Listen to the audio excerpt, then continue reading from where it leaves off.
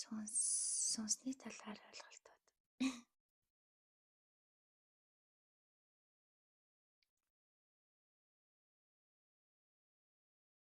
Хүмүүс та нар сүнсийг хизээж ойлгохгүй өнцгөөс ойлгох гэж хичээцгээж байна.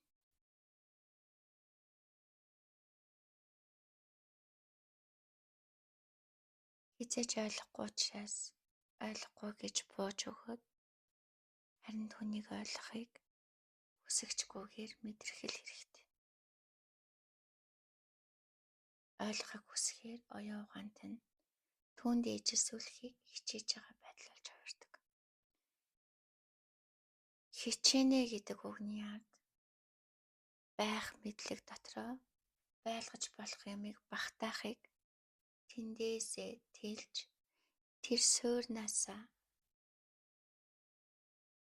суур багтаагаар маш том зүйлийг багтаахыг хүсэж байгаа.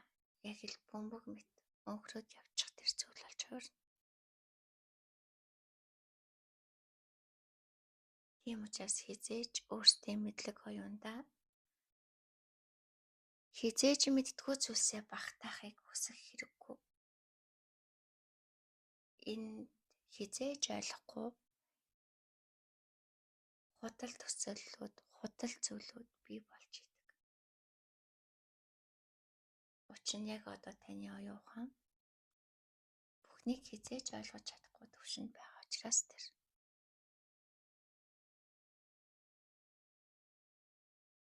Тиймээс бүх оюун ухаанаа бүрэн үгүй хийж тэн дээр төвлөрхөө болж иж, тэн дээр автгаа болж иж, тэрийг үнэн гэж итгэхээ болж иж.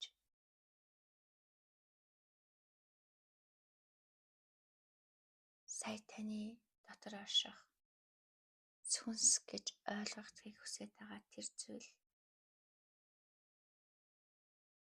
таны тархиар биш, таны зүүн мэдрэмжээр, таны биеийн эдээсэнд дагуулгадах бүх ухамсараар тань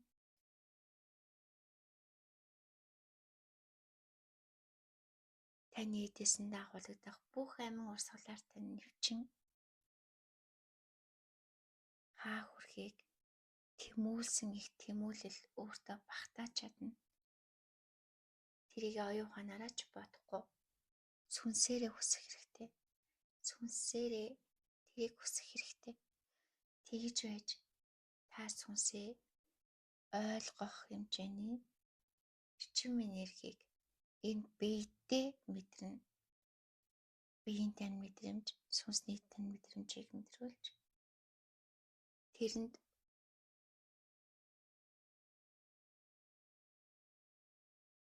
ямар ч хичээл зүтгэлгүйгээр өөртөө нэвчүүлж эхэлнэ гэсэн үг. Хичээж өрөөсөө болохгүй. Хичээх хэлэх юм бол байх мэдлэгтэй бүгдийг багтаах гэж завна. Байх дадал зуршилтай бүгдийг байх арга зам ухаандаа шингээх гэж хичээгээд байна гэсэн үг. Арга нь буруу байна.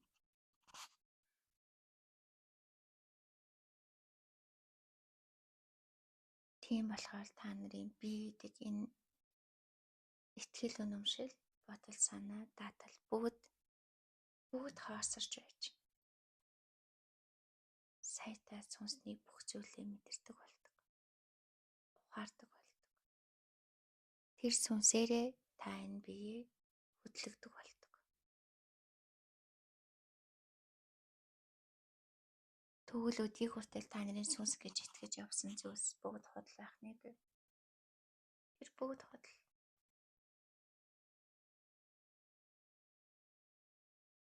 За сүнс гэж юу юм? Тэрийг одоо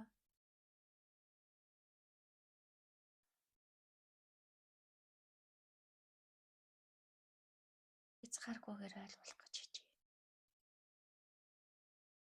Яагаад хичээж ийн гэж? Яагтвэл та нарын сүнсийг та нарын сүнс л өөрөө ойлгоно.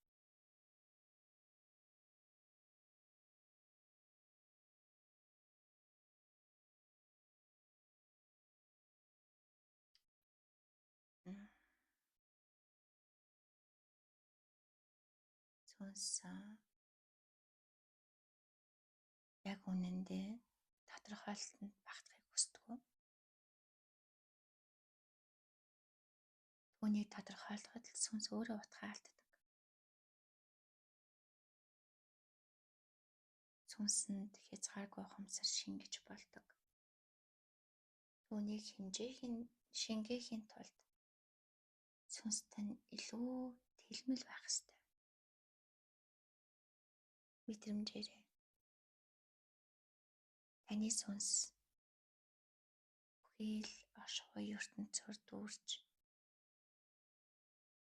тэр оршихуй ертөнцийг бүтээсэн дараагийн бүтээгчийн оршихуй ертөнцөөр дүүрч түүнийг бүтээсэн дараагийнхаар нь ч дүүрч гих мэтлэн хязгааргүй явна.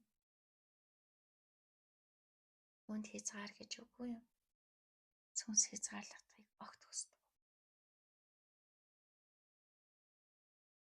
Бүх зүйлээрээ шүү дээ. Мэдрэмжээрээ ухамсараараа. Сүнс бол ухамсар тээсэн мэдрэмж. Мэдрэмж тээсэн амь. Мэдрэмж бол тэр чигтээ амь шүү дээ. Мэдрэгдэж байгаа учраас. Амьд зүйл л мэдэрдэг юм.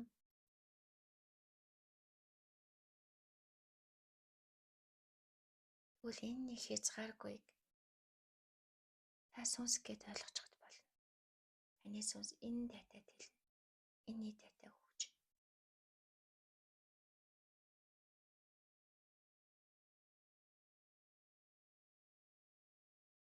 Ингэж хөгжихийн тулд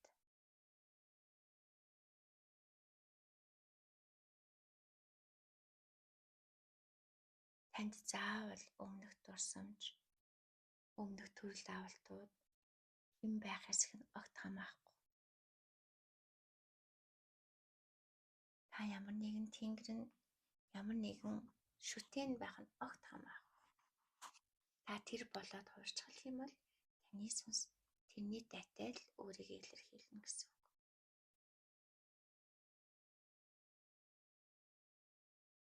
Тэгвэл та яг одоо өөрийгөө хэн гэж төсөөлж байна? Та яг л тийм дайтай өөрийнхөө сүнсийг агуулж байна гэсэн үг. Тэгвэл та нарын өнөө би гэж хэлдэг. Өнөө жаахан төвлөлт, өнөө жаахан дөрүүдийг та нар боддоо. Айдас тавьчихсан. Амиа ботхоос өөр заяанд учрахгүй. Тэрийгэ хамгаалахаас өөр мэдлэг оюунаас итэрэхгүй. Тэр таны сүнс тийм байна гэсэн үг. Та тэр байна. Тийм учраас та би ингээд өөрийгөө тодорхойлж байгаа юм. Ирэх хүн жааханд өөрийгөө тодорхойлчлаа шүү дээ.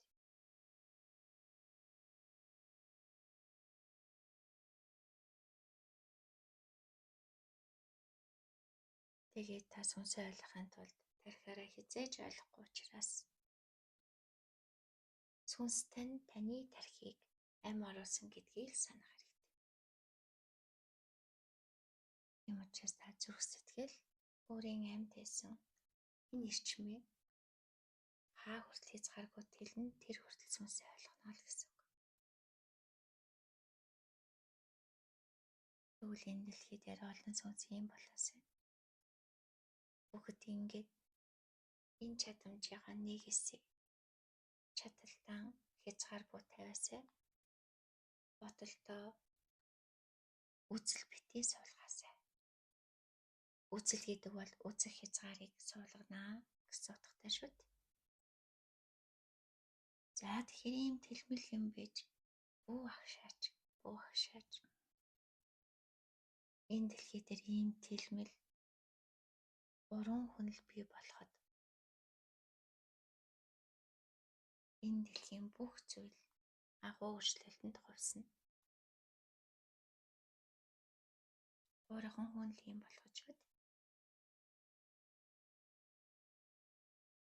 Учир нь энэ 3 хүний гурвалсан мөнхийн холбоонд сүнс нь хязгааргүй төвтэй байхад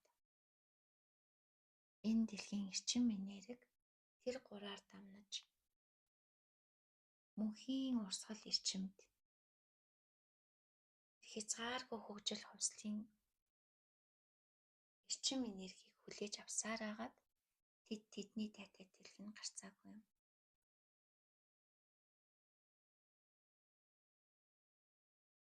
Энэ гурвалсан сүнсний төлөө 30 сүнс амиа өргөж байдаг. Яаж өргөх нь? Өдөр бүр цаг тутамчууд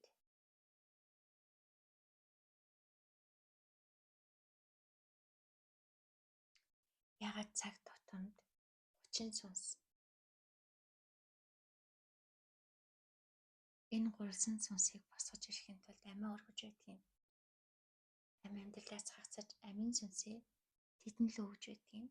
Дэмж байгаа нь тэр, тэтгэж байгаа нь тэр. Амь сүнсээрээ амь эрчмийг хаалж байгаа нь тэр. Тэр хязгааргүй их тэмүүллийн цаана тэр амь оршихыг амь оруулах хэрэгтэй болдгийм. Амин эрчмээрээ татаж амьсаар хооллон амьс эрчмийн урсгалыг амь дэлхийдээ шингээх шаардлагатай болдгийм. Тэр 30-ыг хоолдог, дараагийн 300, тэр 300-ыг хоолдог, дараагийн 3,000, 30,000, 300,000, 3 сая гэх мэтлэн энэ дэлхийн бүх хүн амь болгон энэ оршихуй тэлэлтийн төлөө амиа өргөж дахин төрж байдаг. Өөрсдийн байх амиа өргөөд илүү тэлсэн амиар дахин төрж байдаг бахны тий. Энэ бол амьдрал өөрийнхөө амиас сэлгэж байгаа үзэгдэл. Амьдрал шинжлэгдэж байгаа амь сүнсний хэлбэр ахна. Тэгвэл дэлхийн амь амьдрал энэ гурийн төлөө энэ гурийг амьдралаар нь тэтгэхийн төлөө оршиж байна гэд төсөөлдөв. Энэ их сүнс. Тэгвэл дэлхийн амь сүнс энэ гурав дээр тогтож